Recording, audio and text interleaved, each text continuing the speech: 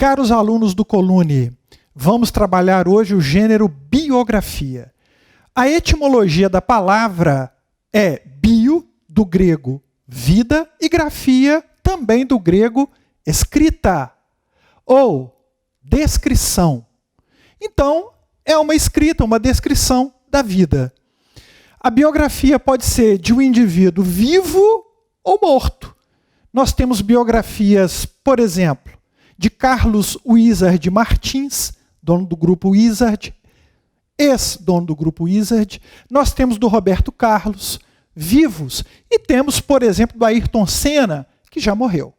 A biografia ela pode ser desde uma lauda, uma folha, como nós vamos fazer, como eu fiz aqui, vocês fizeram também, e pode, inclusive, somar várias e várias laudas, várias folhas.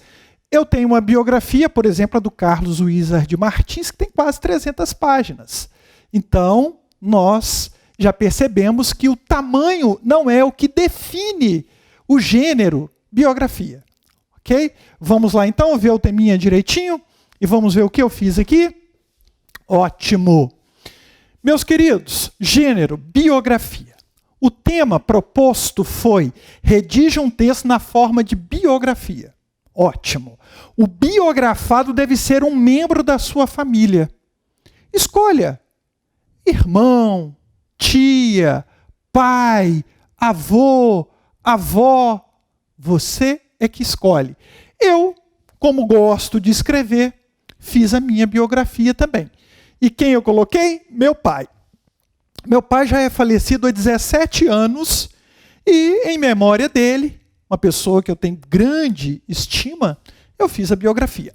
Naturalmente que algumas datas eu fiz de forma aproximada, alguns acontecimentos eu também criei, mais ou menos porque eu não estava lá. Eu tive até a oportunidade, olha que maravilha, de conversar com a minha mãe um pouco, que ainda é viva, sobre certos acontecimentos, e ela me passou. E aí ficou mais fácil fazer a biografia. Tá bom? Olha, meus caros, nós temos que nos envolver com o trabalho. Isso projeta a nossa criatividade mais para cima. E a redação vai sair com mais esmero, com mais detalhamento. E não importa se eu coloquei alguma informação aqui que não é verossímil, ou seja, que não é verdadeira, mas se ela parece verdadeira é o que importa. Quando nós falamos verossimilhança, quer dizer que pelo menos tem que ter aparência de verdadeiro. Não interessa se é verdadeiro. O Colune já apresentou como gênero uma autobiografia, cujo tema foi: redija uma autobiografia sobre o seguinte tema. Mas, fale sobre os caminhos que você teve que percorrer até a prova do Colune e as motivações que você teve para isso.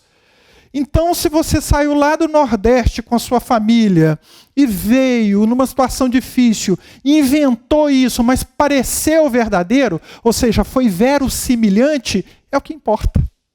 Tá bom? Então não precisa ser exatamente verdadeiro. Porque às vezes a motivação que a pessoa teve para fazer a prova do Colune, no caso do tema que eu citei, foi o pai e a mãe, que disseram o seguinte: você vai lá fazer a prova. Se não tem mesada, não tem isso, não tem aquilo, a pessoa foi e fez.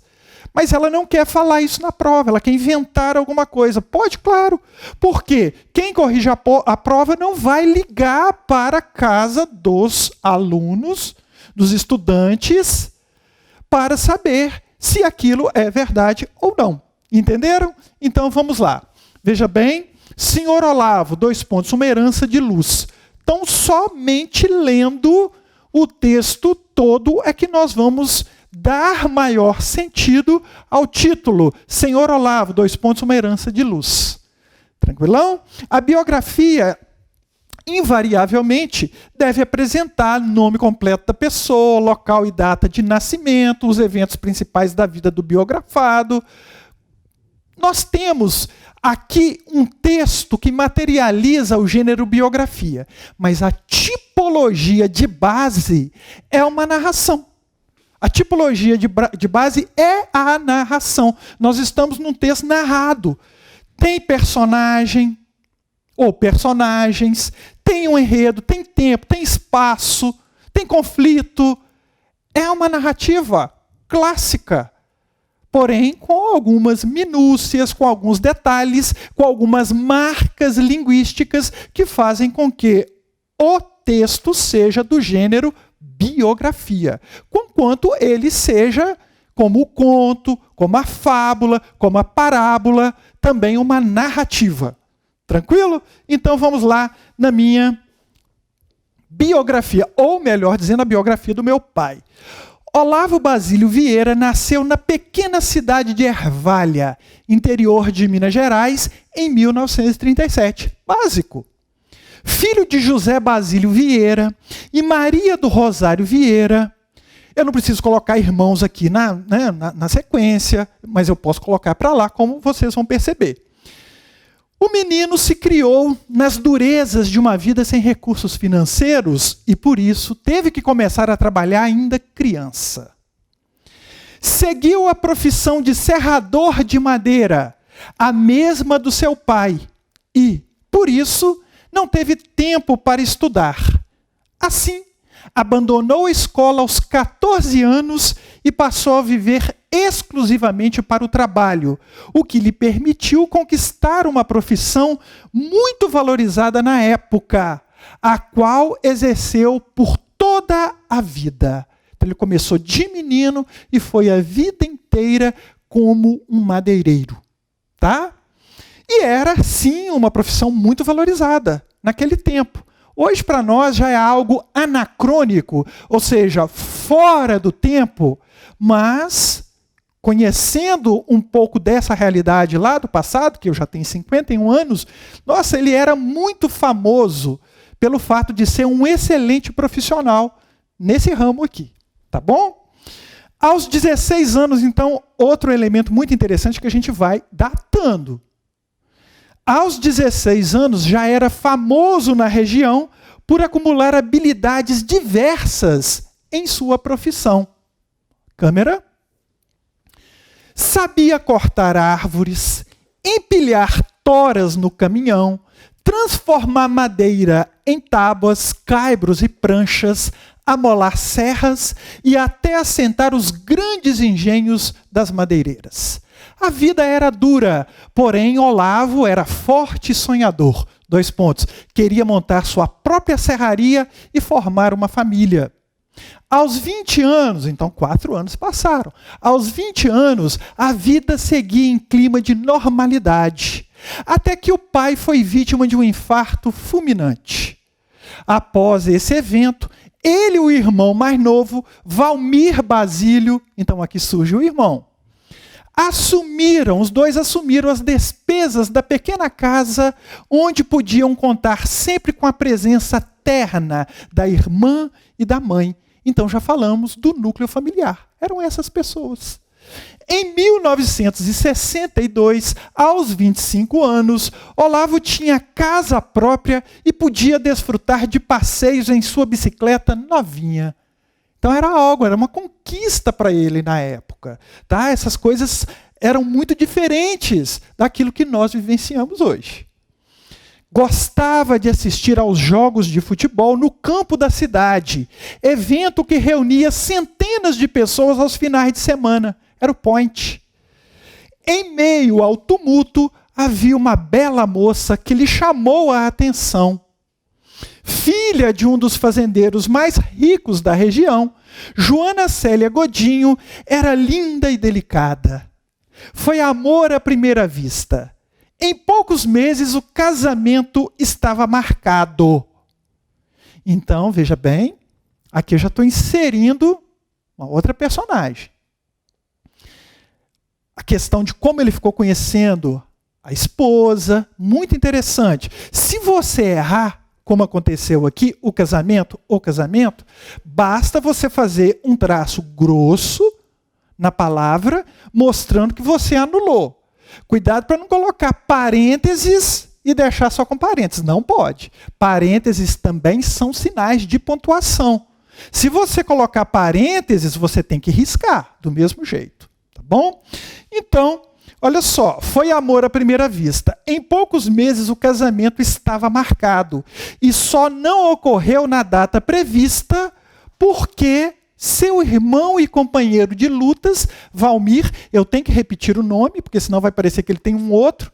Seu irmão e companheiro de lutas, Valmir, necessitou de cuidados urgentes devido a um câncer de pele que o levou à morte em menos de um ano. Então, nós pegamos os eventos principais da vida do biografado.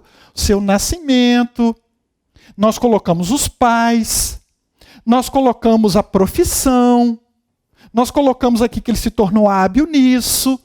Nós colocamos também a morte do pai. Aqui o encontro com aquela que seria a sua esposa. São eventos importantes, nós temos que saber pegar aquilo que importa. Ok. Onde estamos? Se tornou... Não, aqui. Valmir necessitou de cuidados urgentes devido a um câncer de pele que o levou à morte em menos de um ano. Olavo se tornou o único esteio da família. Continuou a cuidar das mulheres de sua casa, mas sentia que era hora de construir um lar. 3 anos após o casamento, então aquele que pensou em construir o lar. Aqui já tem 3 anos depois do casamento. A narrativa é assim, mas tem que tomar cuidado para não dar saltos no tempo e não ter lógica na sequência. Nós precisamos ter essa sensibilidade. 3 anos após o casamento, surgiram os 2 primeiros filhos do casal, Gisele Vieira e Jaderson Marcos Vieira. Célia estava preocupada com o futuro das crianças. Ela se chamava Joana Célia Vieira, mas todo mundo sempre a chamou de Célia. Célia estava preocupada com o futuro das crianças, ponto e vírgula. Afinal, Ervália não oferecia boas oportunidades e ela queria os filhos formados.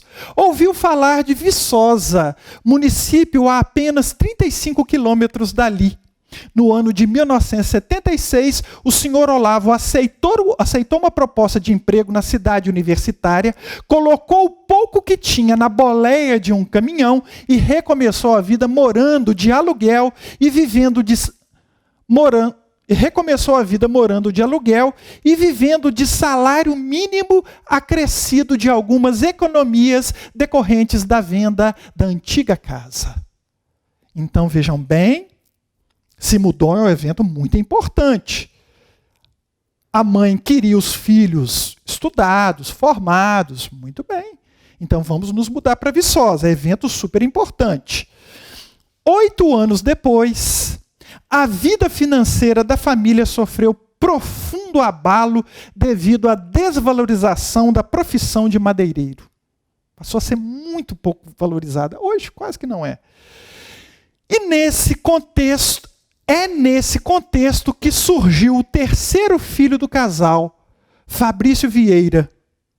O sonho da serraria própria não se realizou, embora lhe tenha sido possível abrir um pequeno depósito de madeiras. Foi o suficiente para que em 5 anos melhorasse de vida e se firmasse como um pequeno empresário. Mas dos pequenos mesmo. Em 1996, aos 59 anos, começou a perder a sensibilidade de uma das pernas. Pronto, nós já estamos rumando para doença e morte. A tomografia revelou um tumor na região intraventricular do cérebro. A neurocirurgia deixou sequelas incapacitantes e irreversíveis. Vejam bem, como que as ideias aqui estão presas a um núcleo. Nós podemos observar que existem palavras aqui do mesmo campo semântico, ou seja, do mesmo campo de significado, que nos permitem estabelecer relação entre as partes. Por quê? Começou a perder sensibilidade. Tomografia, claro, porque ele estava com algum problema. Região intraventricular do cérebro, por causa da tomografia, o tumor. Neurocirurgia, por causa do tumor no cérebro.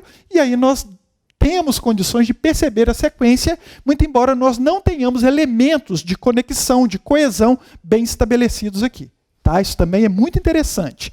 Os problemas financeiros ressurgiram, acrescidos do drama da terrível doença. o senhor Olavo recebeu o apoio integral dos filhos e contou com os cuidados paliativos de Dona Célia e Jaderson, os únicos que moravam em Viçosa na época. Gente, cuidados paliativos são aqueles que existem para remediar algo que não tem como você solucionar. A morte dele era, sim, algo definitivo por causa da doença.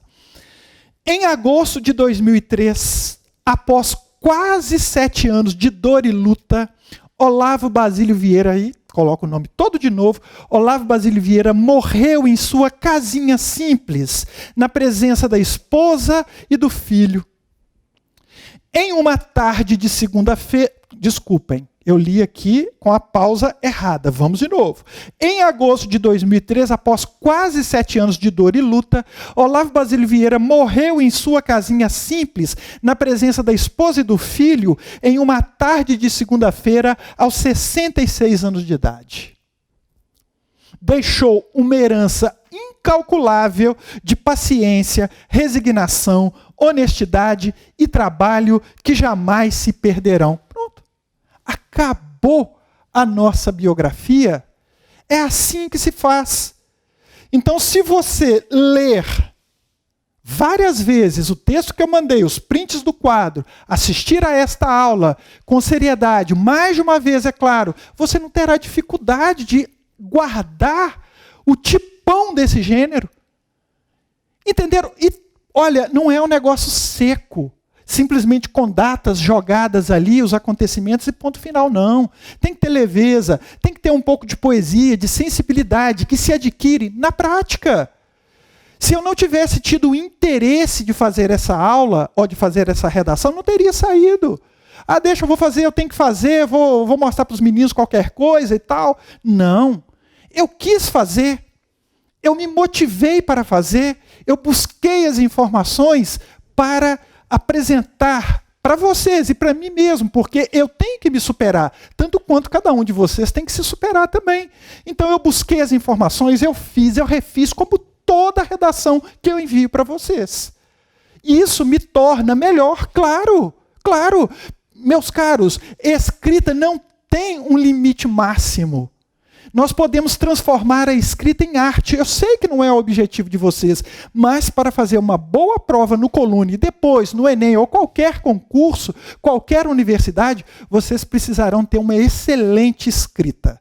Tá bom? E aí nós vamos, na próxima aula, falar um pouco sobre a pontuação. Eu vou fazer em 2 aulas separadas, tá? Essa vai só com o conteúdo, a próxima nós vamos falar de alguns outros detalhes, sobretudo pontuação desse texto e articulação das ideias. Tá bom? Tchau!